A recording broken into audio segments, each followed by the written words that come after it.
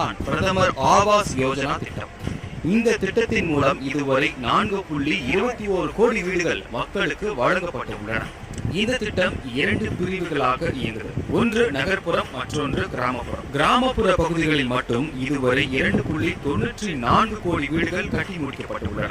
நகர்ப்பகுதிகளில் 1.27 கோடி வீடுகள் கட்ட தொடங்கப்பட்டு அதில் 84 லட்சத்துக்கும் மேற்பட்ட வீடுகள் ஏற்கனவே மக்கள் பயன்பாட்டுக்கு ஒப்படைக்கப்பட்டுள்ளன. அதிலும் குறிப்பாக 2025 மற்றும் 26ஆம் நிதியாண்டுக்காக மட்டும் மத்திய அரசு இந்த திட்டத்திற்காக 80,671 கோடி நிதி ஒதுக்கி இருக்கிறது.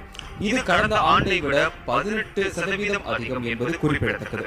வீடு மட்டுமல்ல, அதோடு சேர்த்து கழிப்பறை, மின்சாரம், குடிநீர், காற்றோட்டம் உள்ளிட்ட அடிப்படை வசதிகளும் இதில் இடம்பெறுகின்றன. முக்கியமாக இந்த திட்டத்தில் பெண்களுக்கு முன்னுரிமை வழங்கப்படும். வீடுகள் அவர்களின் பெயரிலேயே பதிவு செய்யப்படும். அதே போல மாற்றுத்திறனாளிகள், பழங்குடியினர்,